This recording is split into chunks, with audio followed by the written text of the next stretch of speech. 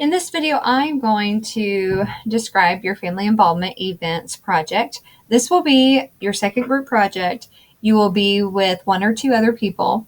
And so you are going to be preparing a video of 10 family involvement events that could be held in a school district, and this could be used to encourage families to be involved in the school. And you could actually, if you think about back to school workshops or back to school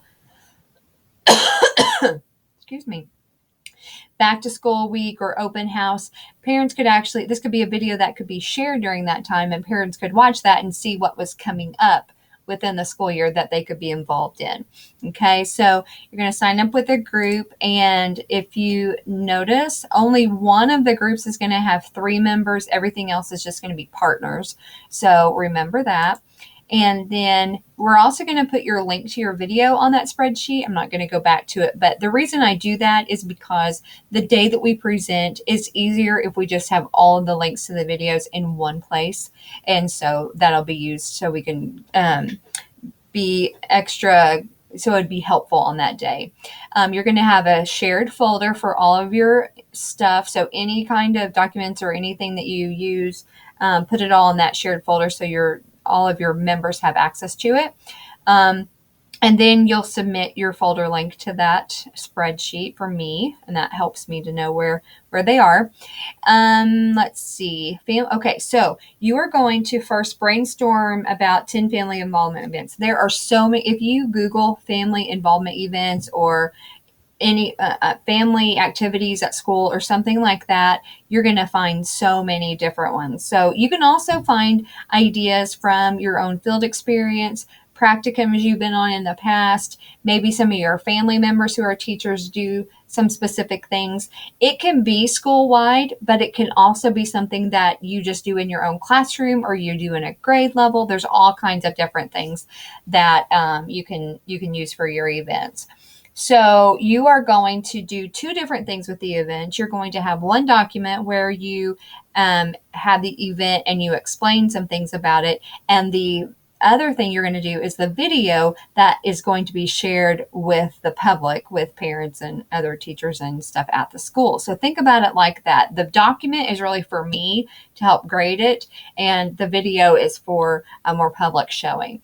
So for each event, you're going to need several different things. You need to find a visual, and there are all kinds of images out there that you can use to represent it. It doesn't need to be something that is exactly what you're advertising for. So if you're going to have a get your bike ready event like that students and their families can bring their bikes and get them checked out, make sure they're safe, and get some information about safety in bicycling, then you could just have a big bicycle and then have a caption that comes in that says, bring your bike event, and then that's it. Okay, so it doesn't have to be something from an actual event that went on, just an image that depicts what you visualize. And then make sure you're going to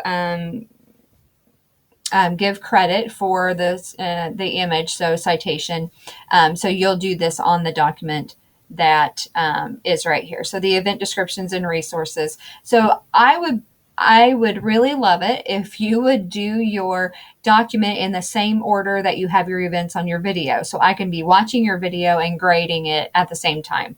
It just helps me out. So you'll need all these things right here. A description, it needs to be 2 to 3 sentences. I don't just want you to say at the family literacy night, families get together and read. That's not what I'm talking about. I want to tell who's going to be there, what activities will be going on, different options. I mean, if you only have 1 sentence to say about your event, you should probably choose something else.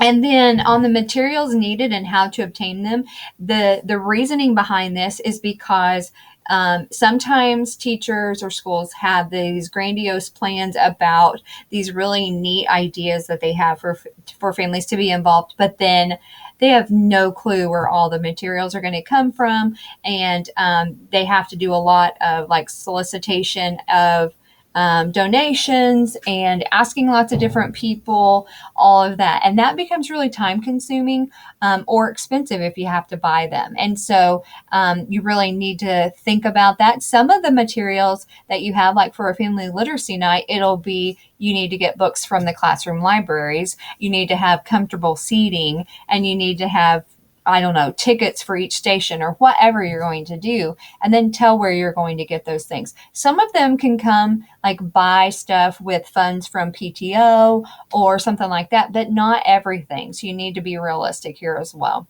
You need to tell where your idea came from. It can come from you if it was original to you, or it can come from a field experience or when you were in elementary school, or it doesn't really matter. If you found that idea online, give that link as well. And then tell which grade level it would be most appropriate for. You cannot put just K through 8 on everything or K through 6 on everything. Really think about which grade levels would most benefit. It can be like second and third or something like that, but don't just put K6 on everything. And then the image source, the link will be fine. And then you're going to create your video. And so I think of this video as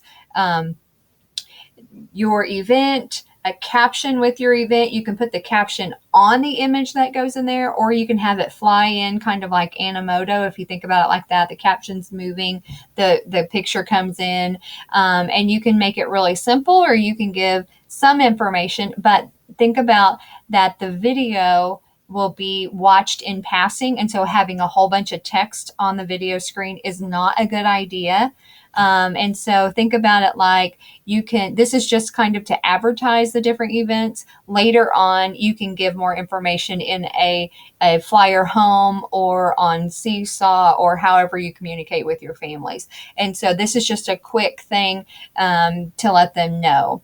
And then I'm going to let you read the rest of that. And so if you don't know which of these different video creators you can use, or if you need some help, don't hesitate to ask me. I'm sure there are going to be some other people in our class who are pretty savvy with video as well, and you can do that, or you can Google it. How do I create a video with whatever tool you want to use?